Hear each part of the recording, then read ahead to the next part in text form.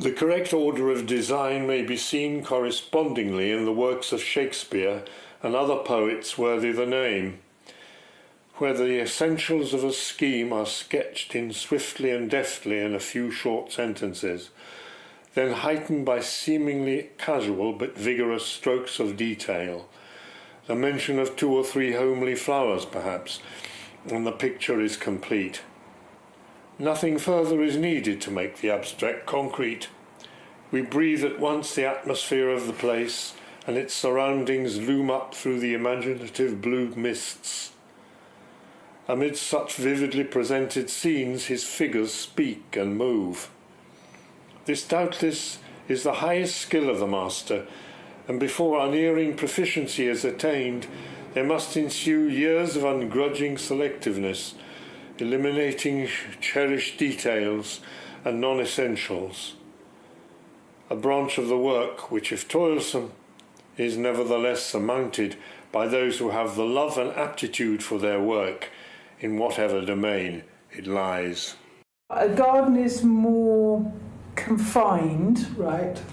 It's more obviously tended. So the idea of sort of cultivating something and so on is very much more associated with gardens. Yeah. Would parks have planting, but there would Planting, then be allowed but to... much more. So they most in the kind of like the estate model, if you like, parks would be more places that you would ride in rather than walk in. The other thing that's really obvious to say, I suppose, is that in its current state, it's quite forlorn, isn't it? It's in a state of semi-dereliction, and in various states of dereliction, in a way. Some of it is simply the result of being left to languish a bit, and so there's various bits of work going on, maybe dead trees being cut down, but also just brickwork that start to crumble, and walls that are partially collapsed and things. And then there's a different kind of dereliction, the sort of municipal nature of Russell Gardens, which is where one imagines that some of the features have just been erased away. So we're standing on a sort of tarmac path next to very standard tennis court fencing. I think the garden is in a state of being uprooted. Yeah. And I think in this condition, this is a rare opportunity the structure has been revealed.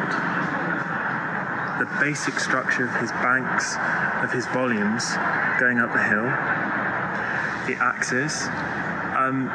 We're offered these rare kind of oblique views that wouldn't necessarily have been available had the garden not been through this destructive process. That's interesting. So the way the garden's composed is very formal and very finely organised, which means or dictates a certain kind of episodic sequence or experience of it, which, as you suggest, one can kind of break out of now. And you're sort of looking at the garden rather than entirely being in it. Interesting, Mawson wrote that many of his gardens that existed in the first edition of his book existed as illustrations.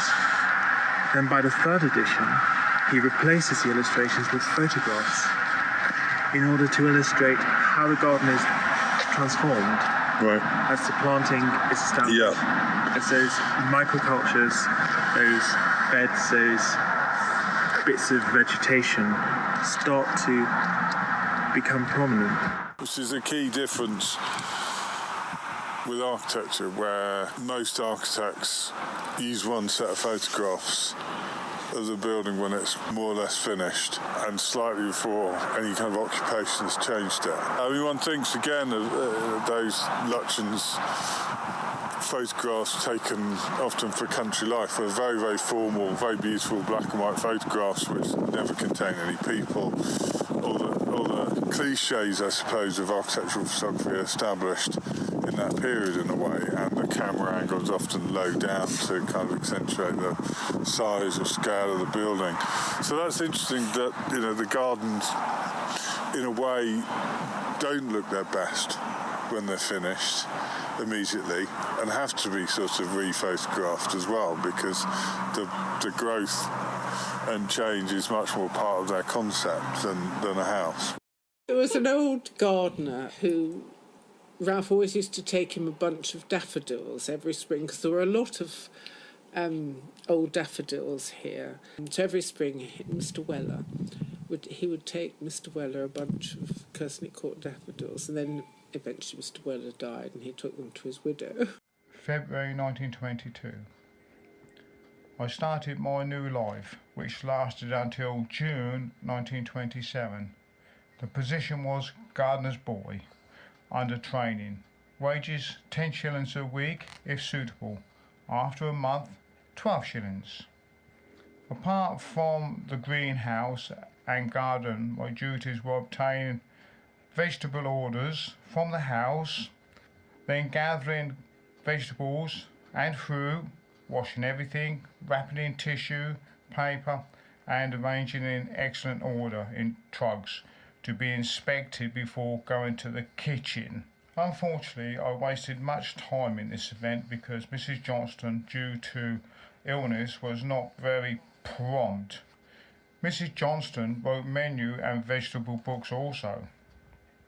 The staff in the garden generally numbered 7, but if extra work such as tree cutting, etc., it was easy to obtain temporary help. Looking at the state, it was hard work in the growing season with so much hedge clipping and trimming. Fortunately, the golden and green yew hedges needed 1 cut per season, but so much privet needed about 3 cuts. Last year there was a lovely kingfisher that was in the bamboo that you can see just to the right of the pergola, and very often saw him flying up and down between there and the bridge that goes under the road. Unfortunately, we think he got taken by the sparrowhawk. At one point there were 7 gardeners. 9 gardeners, actually, Alan said to me. Like that, it's really fun. I get the playground near here, and also you can have loads of adventures. Russell Gardens, as it was then called, was Kearsney Court. The house was built for Alfred Leaney in, I think, 1899, and he was the chairman of the Phoenix Brewery in Dover. Unfortunately, he died the next year, and the land was sold to Edward Barlow, who was chairman of Wiggins Tea, which is one of the big paper-making companies. And Edward Barlow commissioned Thomas Mawson to design the layout of the gardens. Thomas Mawson, I think, started work in 1901, and certainly in the early 1900s the gardens were complete. I think, actually, though, there were still some formal beds with a bedding, spring and summer bedding, until the early 90s. I also remember my nana taking me for a walk through the ornamental gardens, which were beautifully kept back then because they had a full-time gardener. And Nan helping herself to a couple of cuttings from the flower beds and hiding them in her handbag.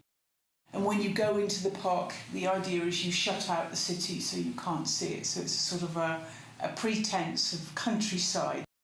I know that this dealing with principles does not commend itself to the popular poetic fraternity, conspicuous by the broad felt hat and velvet coat.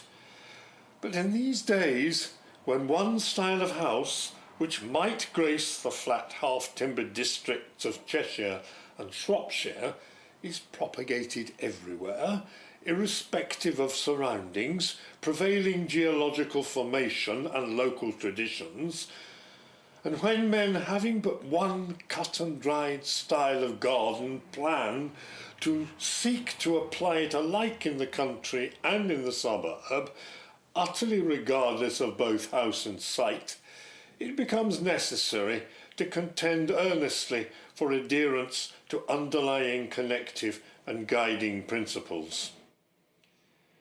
Unless the mind is kept open and the characteristic keynote seized and scenes viewed in their larger aspect, the danger is to be feared that garden making will again lapse into set grooves. or a prevalent fashion, as did the formal garden under the hands of Thomas Beaumont and his contemporaries, when, with a few minor variations, the same stock arrangement of courts and alleys, gates and hedges could be seen everywhere, from one end of the country to the other, or, as in our own time, the landscape garden fed by a similarly popular fashion with equally dreaded results. The 19th Century Park is about making the city livable. It's also about civic pride and saying, you know, this is us as a community. So there's a philanthropic element to it that, you know, on behalf of factory owners and dignitaries and stuff. But of course there's also an element too of social control, because it's about getting the workers to engage in the kinds of recreation that's seen as healthy and wholesome. So go to the park and not to the pub. The sense of descending through these circles of hedges. This hedging is fascinating, that these circles complement another circle till you get down to another circle, which is a fountain, I think, in the middle of a small pond.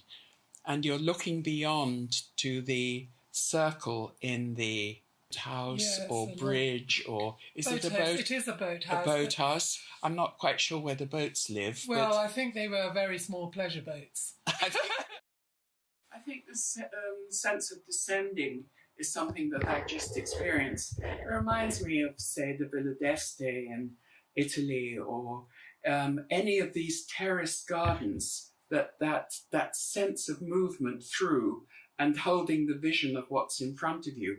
But equally, you have to come back. You have to climb back up. You have to climb back up. So I'm wondering if that was always the case, or whether there was a carriage waiting which would bring you around and up the side way. Your legs, yes. I think the carriage came across the other side of the house on. We always call this the valley side and the front door side, which is there was a carriageway and a porte cochere in the middle. So that was, I think, as far as the carriage. And I think to get down to the garden, I think you'd probably had to use your legs. Yes, but possibly if you were feeling a little weary, you could take the carriage from the front here and go by the boathouse that way, couldn't you?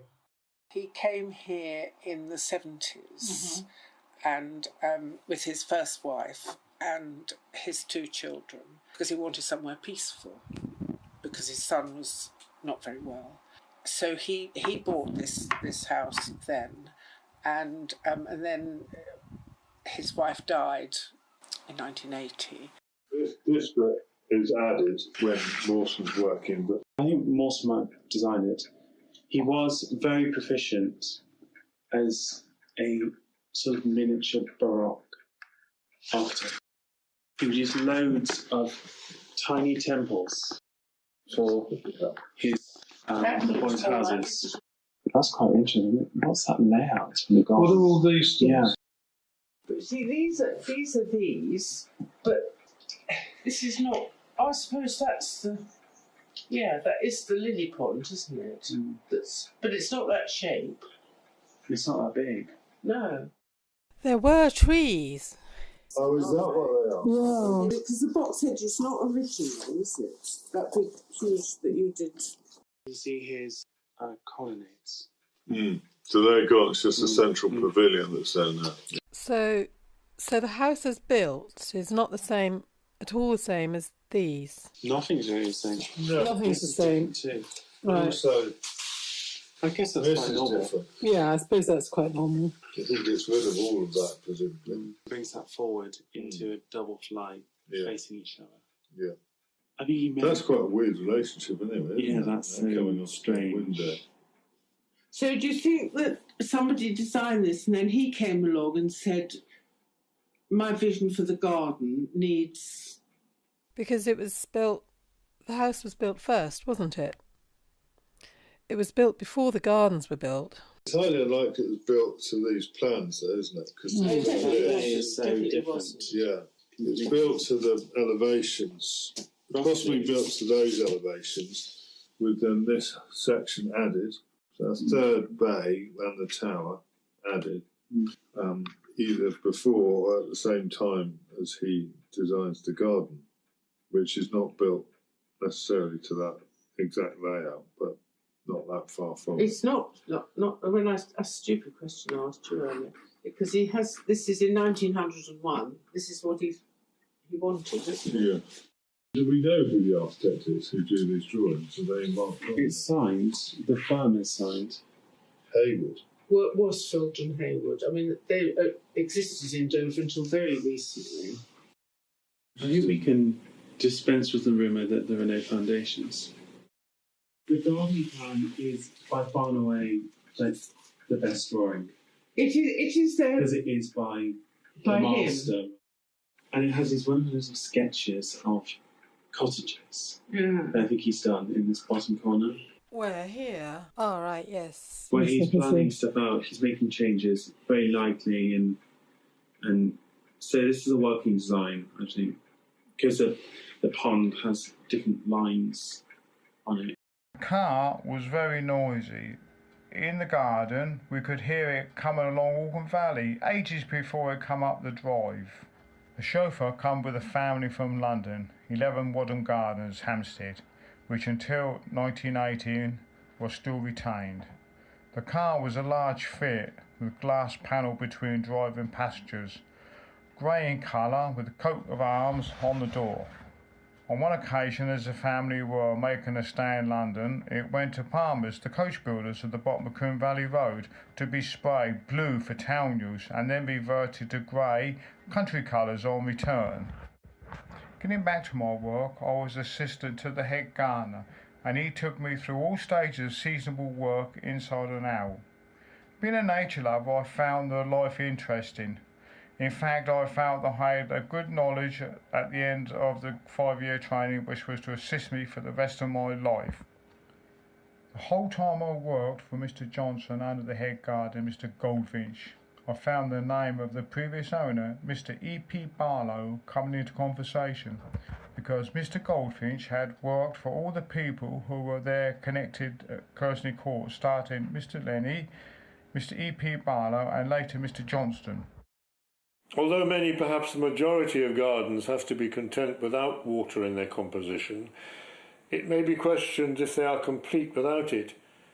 If only the small pond reflecting and blending in thousands of beautiful ways, the hues of flowers, foliage and sky at the bidding of every passing breeze, or but a swamp pool hidden away in a cool, froggy fastness, fringed with luxuriant masses of bulrush, iris and sedge.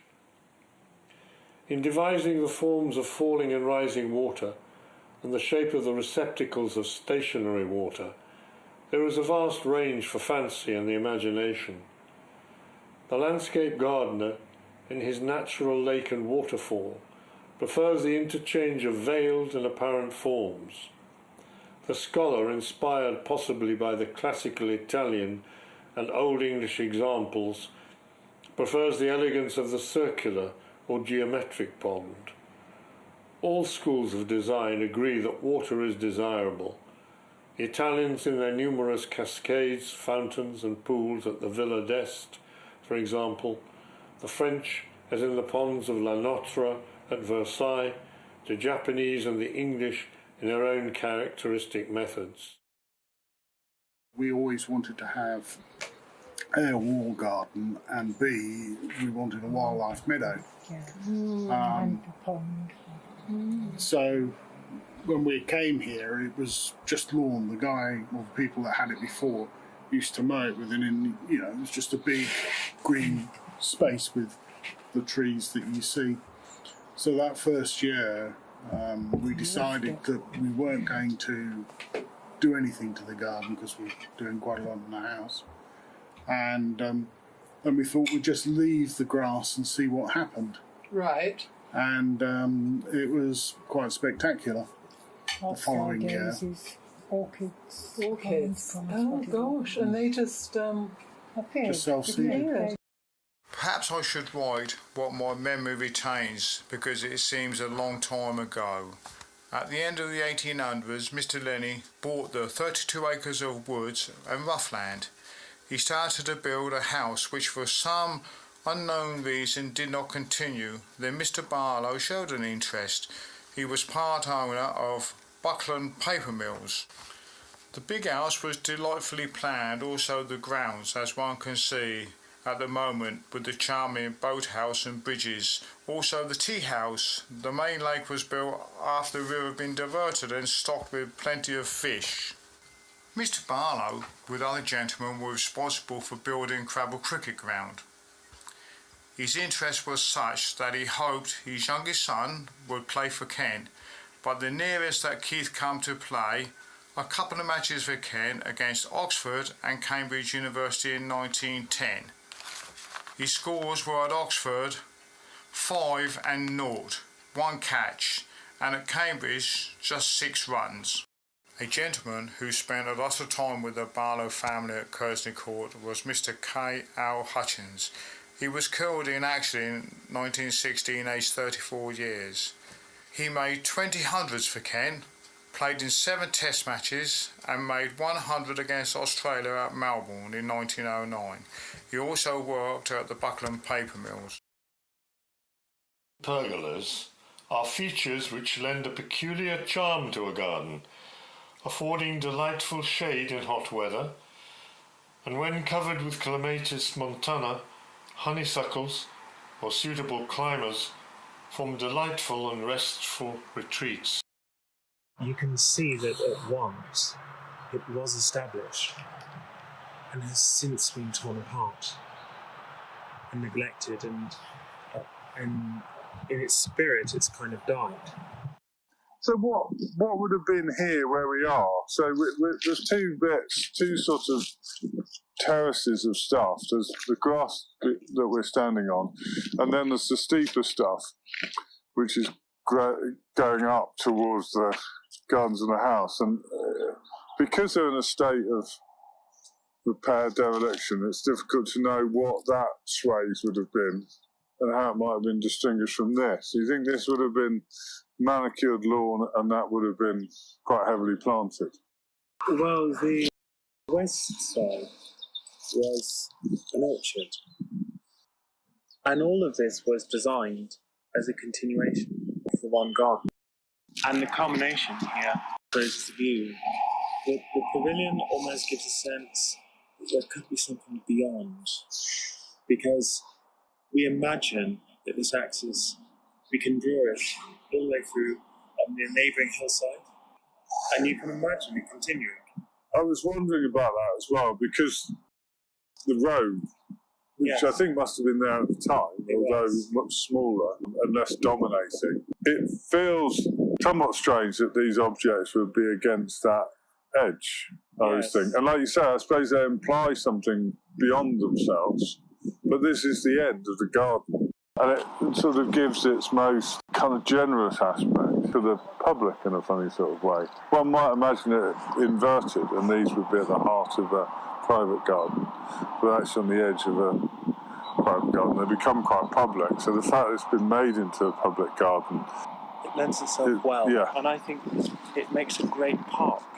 Yeah. Precisely because Mawson was a public garden designer. And this is a sort of ornamental pond. Yes, and it's contemporary with so many equivalent examples of this kind. Right, yes.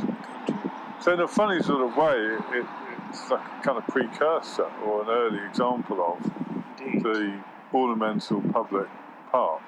Which, under the Viscount Leverhulme and various patrons, gathered pace before the war, and between the two wars, you have that great sort of philanthropic expenditure on public parks. And this very much has those features, that template that was carried forward. That was Mawson's influence. He laid the groundwork for the establishment of the revival of the Italian garden.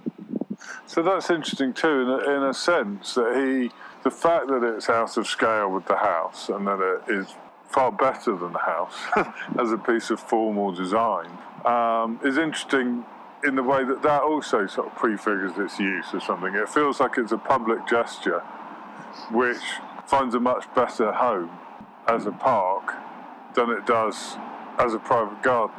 And I suppose in some ways, I guess one could say that about all of stately home gardens, that of course there's a obscene amount of land and expenditure for one family to enjoy, which in the 20th century, through National Trust and other organisations, become kind of public landscapes. But this doesn't feel quite like that either, does it? It feels relationship with roads, perhaps certain aspects of the design of it, you say, don't simply feel like a kind of private garden that's been opened up to the public, like a kind of secret, but a thing that sort of always wanted to be in some way slightly more publicly experienced. Feels like that. I don't know how much of that is just post-rationalisation or looking at it, with cars driving by and seeing the car park on the other side of the road and all those things, that the infrastructure of public gardens and things, and we're just sort of reading that after the fact, or as you suggest, there's something about Mawson's design which feels slightly more democratic or anticipating some more democratic experience than previous generations of landscape designer and architect. Well, Mawson was an architectural designer as much as a garden designer. He designed the pavilions. And he would have drawn these, you say? So I think these are, yes, by Mawson. And perhaps the only surviving pieces of decorative timber that we have. After the question of terrace walls, now a few considerations in connection with the terraces themselves. It should be repeated that they must not be considered merely as one long promenade, but rather as a series of gardens, each division having its own peculiar interest, the whole arranged in connection with the entertaining apartments of the house, and forming a series of changes, each and all contributing to the full enjoyment of the owner and his guests, and the entrances to each separate garden having some special attraction in itself, inviting to explore further. The brickwork is not particularly great, I don't think. No, it wouldn't be. No, and also, obviously, it doesn't have a huge foundation underneath it. Except this enormous buttress terrace. Yeah. I think it was, well, it's just lonely when people you love, and you there's all sorts of things about being bereaved that that are hard to explain, and you don't really realise until it happens to you. And so it was just him and Celia left. Was he the kind of person who would find solace in work, and was that his way of... Well, he was a great, you've got to carry on. Right. Whereas for me, after Olivia died, he'd say, are we going to do so-and-so? And I'd say, I don't know. And I think, I'm a different person. Yeah. And I think I mean, things could have been a lot better after Olivia died for Pip. But there wasn't, in those days, people didn't seem to give you much help. But I did know that who was living was important. Yes. So he'd already died 5 years before that, and but Margaret, Ralph's first wife, she was still alive. Yeah, but she'd never been. She wasn't really well ever.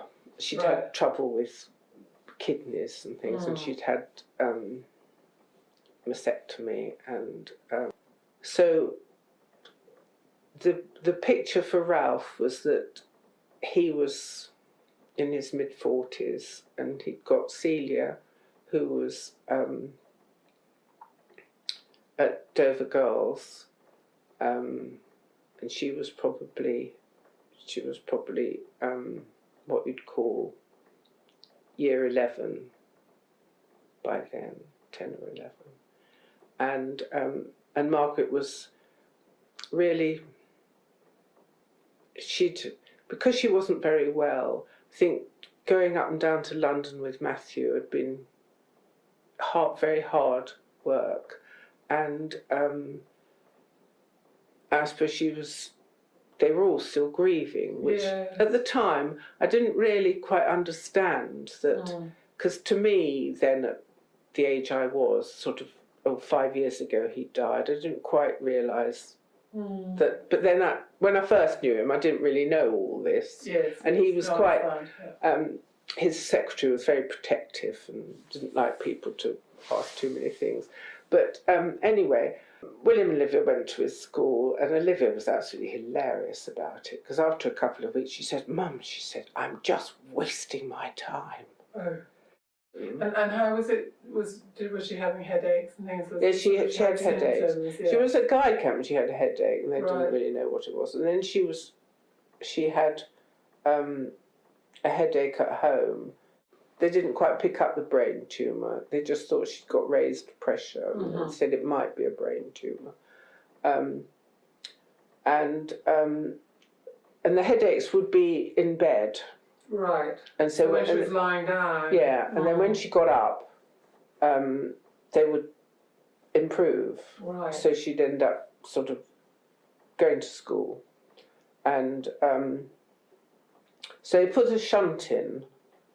I think we must have from the initial when she first had the headaches, we must have and then one day when she was a bit sick, and the doctor wouldn't come out, and then Ralph came home and rang the doctor, who I think because of his experience with Matthew, and he did come out and he said, "Why didn't you call me early?" And she was went to Buckland in an ambulance, and they said, "Well, she's got raised intracranial pressure, and it could be this, that, and the other." But there weren't the local scans then, and she came home. But this put her onto the books of the consultant. So at the next appointment, he looked in her eyes and wrote a letter and said, "Go to London this afternoon." Goodness.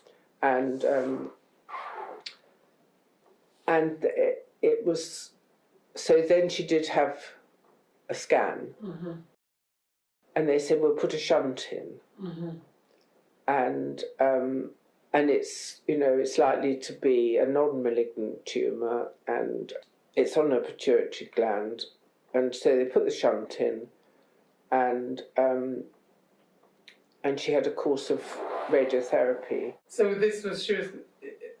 took her back up because the idea was she was going to have the surgery. Yes. Surgery. Eventually, the surgeon came back, and she went for the operation, and she was back from theatre much too soon. Oh. There was nothing they could do. That the tumour was not a benign one, but it was an aggressive cancer. And so she lived about a month after the operation. And when she died,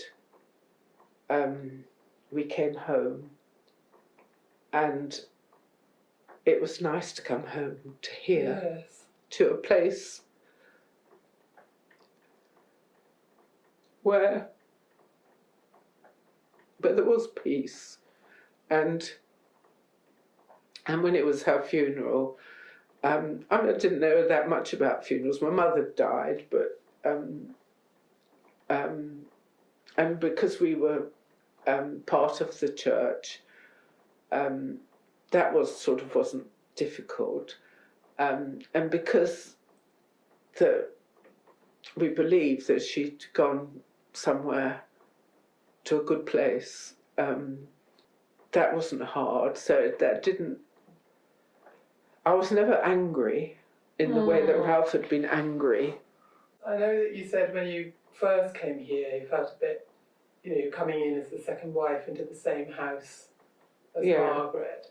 And yet, with your daughter's death and coming back, it obviously felt very different. That transformation of the place through through your experience and your life makes it a place that I suppose that I'm not quite sure how to express it, but it's kind of been part of that transformation, hasn't it? Yes. Perhaps the garden as well. In fact, in a way, I can remember driving up the drive when we were very first married, and we'd been out somewhere, and I would drive up. We'd come up the drive, and I'd have a sense of dread. Right. At first, because it was so hard. Yes.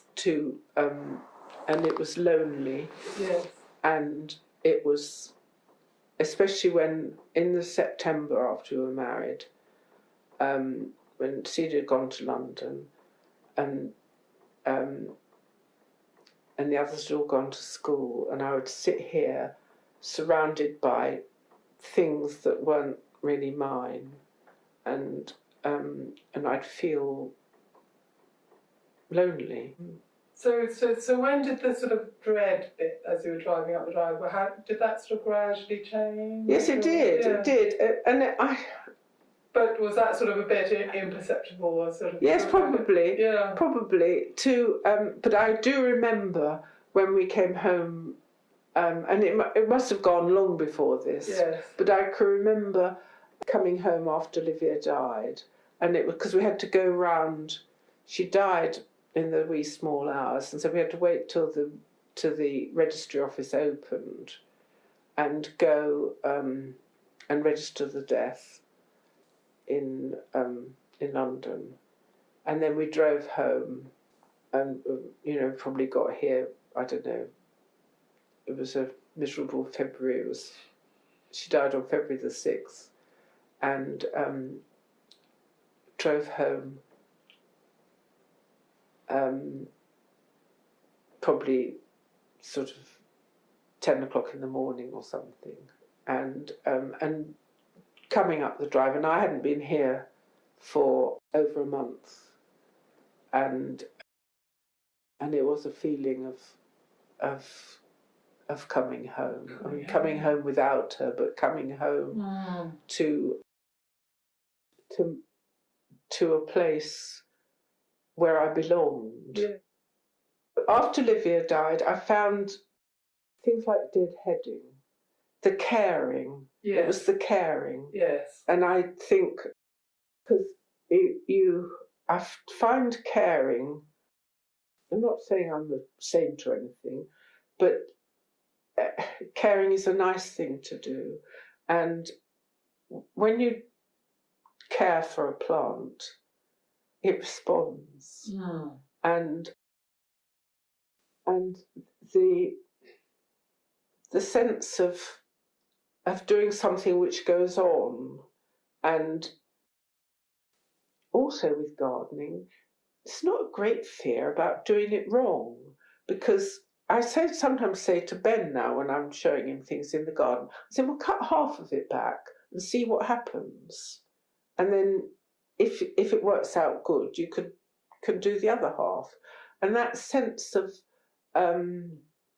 it's not right or wrong. It's and the sense that in a garden of how much you let things do what they want to do, and how much you influence them, how much I love these hollyhocks, which I let grow where they will there, and when they're first out, they're absolutely amazing.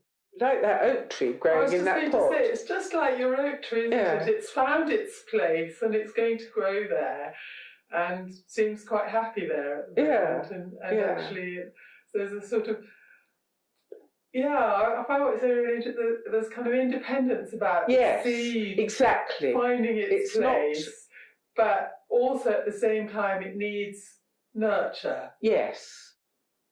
And it's exciting to find what works. And it's very, very exciting with these trees down. And when I think of how many years that's been in the offing, and how much difference it makes to the light.